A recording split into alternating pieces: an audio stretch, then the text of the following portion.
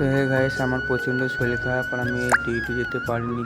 তো আমাদের রুমে আজকে একবেলা রান্না হবে, কারণ আজকে কোম্পানি থেকে খাবার খাওয়া, কেননা ওনার বাবা এই দিনে মারা গিয়েছিল, সেই জন্য প্রত্যেক বছর খাবার খাওয়াই, সেই জন্য এবছরও খাওয়াবে। তো আমাদের মা ভাগ্নেরই খুব শরীর খারাপ ছিল, সেই জন্য আমরা রোদ্দুরে বসেছিলাম।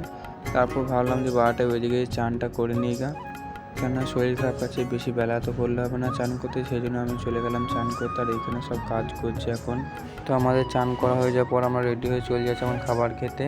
হয়তো কাজে আছে, সেই জন্য আমাদের ডাকতে চলে এসেছিলো যে কোম্পানিতে খাওয়া শুরু করে দিয়েছে, তোমরা সব চলে এসো, সেই জন্য আমরা সবাই চলে যাচ্ছি খাবার খেতে কোম্পানিতে।